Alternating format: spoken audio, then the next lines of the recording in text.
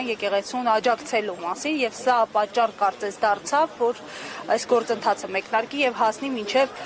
էլեկտրական ցանցերը լիցենզիայից զրկելու, այսպես ազգայնականացնելու կոչերի։ Հանգուցալուծումը որտեղ եք տեսնում, որովհետեւ իշխանություններ եկեղեցի այս տարանջատումը շարունակվում է եւ իշխանությունները անզիջում են ընդդեմ եկեղեցու, այսպես իրենց այսպես կոչված պայքարի մեջ։ Շնորհակալ եմ հարցերի համար, ոչ եկեղեցու վրա հարձակումներն են նոր, ոչ հանուն եկեղեցու մեր պայքարն է նոր, հայ առաքելական եկեղեցին դարեր շարունակ եղել է հարձակումների տակ, ու բնականաբար այդ հարձակումների վերջին հենց այս իշխանությունների դրսևորումը դեռևս 2019 թվականին էր, երբ նույնպես մենք բոլորս մեր ձևով ի պաշտպանություն կանգնած էինք եւ կանգնած ենք հայ առաքելական եկեղեցու համար։ Բնականաբար վերջին այս շրջանում, երբ հակաեկեղեցական շարժումը սրվեց եւ ակնհայտ է, որ իշխանություններին նոր թիրախ էր պետք, որովհետեւ իրենք արդեն 7-րդ տարին է մարդկանց ահաբեկում են նախկինների մասին այդ իրենց ատելության խոսքով, ու բնական է, որ մարդիկ հոգնել են, դու չես կարող մարդկանց տարիներ շարունակ նախկիններ ասելով անդադար տանես դեպի նորանոր կորուստներ ու նոր թիրախ ստեղծելու, նոր չարի կերպար ստեղծելու համար է, որ ահավասիկ թիրախավորվեց ամենայն հայոց հայրապետը։ Ու բնականաբար բոլորս թե հայ ժողովուրդը, քրիստոնյա ժողովուրդը, թե հայ առաքելական եկեղեցու բարերարները ամեն մեկն իր ձևով կանգնած է ի պաշտպանություն մեր ինքնության եւ արժեքների, նույնիսկ ես կասեմ, որ այսօր ոչ թե հայ առաքելական եկեղեցու պաշտպանությունն է կարևոր որպես այսպես առանձին ինստիտուտ, այլ թիրախավորված է ընդհանրապես մեր ինքնությունն ու արժե համակարգը։ Հետևաբար մենք որևէ առանձին կառույց չենք պաշտպանում, այլ հայի տեսակն ու ինքնությունը եւ արժանապատիվ ապրելու մեր երկրում պատվով ապրելու, թշնամու առաջ չստորանալու կարևորագույն արժեքներն ենք պաշտպանում, ոչ թե կոնկրետ որևէ կառույց։ Եվ պաշտպանում ենք մեր ձևով ու արդեն գիտեք, թեկուզ եթե խոսենք վերջին ամիսների մասին, բոլորի համար ակնհայտ է, որ մեր ձևը հայրենասիրությունն է, հավատարմությունն է, հայրենիք շենացնելն է, հայրենիքի համար պայքարելն է թե պատերազմի դաշտում, թե խաղաղության մեջ եւ հանուն խաղաղության, բայց մենք ակնհայտ տեսնում ենք, որ խաղաղություն չկա եւ այն ինչը մենք նույնիսկ անվանում ենք խաղաղություն, դա ակնհայտորեն պատրանք է ահաբեկությամբ։ Բայց ամեն դեպքում իշխանությունների օրակարգը պահողներ եղան հենց նաև եկեղեցու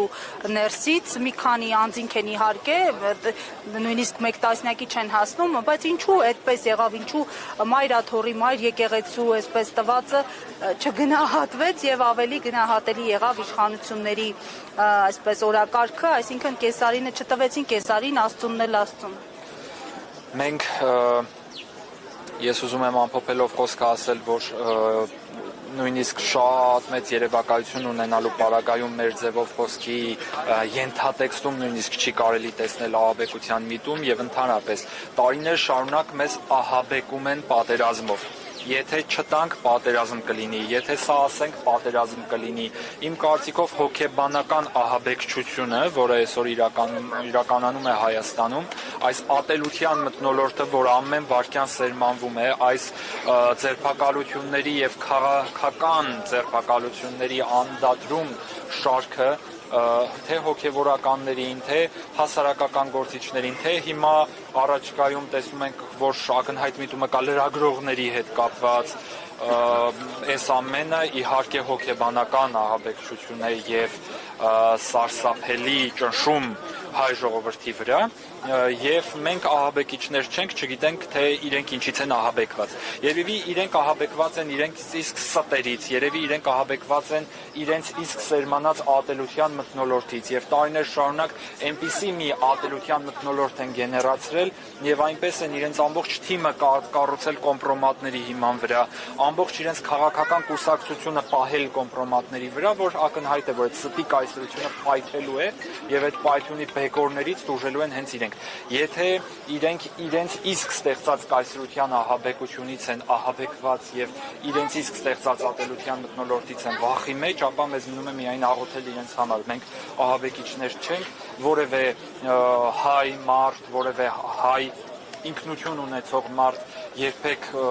չի ենթադրի պայքարել հանուն հայրենիքի ահաբեկչությամբ, ես դա դատապարտում եմ եւ այո դատապարտում եմ հենց այն ահաբեկչությունը, որ հոգեբանորեն անում է տվյալ իշխանությունները։ Ինչի վերաբերում է եկեղեցուն, եկեղեցին իր միաբանությունը մշտապես ի ցույց է դրել ամբողջ աշխարհին, հայ առաքելական եկեղեցին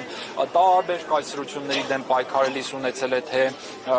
նահատակներ եւ թե անշուշտ ունեցել է մարդիկ, որոնք մարդկայնորեն վախեցել են եւ ինչ որ փուլում տրվել են գայթակղությունների, ներողություն Քրիստոսի 12 առաքյալների մեջ էլ կար մեկը, որը չգնահատեց այն տիեզերական, փրկչական, այդ հզոր ընծան, որ Քրիստոսի հարության ավետիսներ եւ նախընտրեց 30 արծաթ ինքնասպանությունը։ Մարդիկ տարբեր են, մարդիկ մշտապես տարբեր իրադարձությունների մեջ տարբեր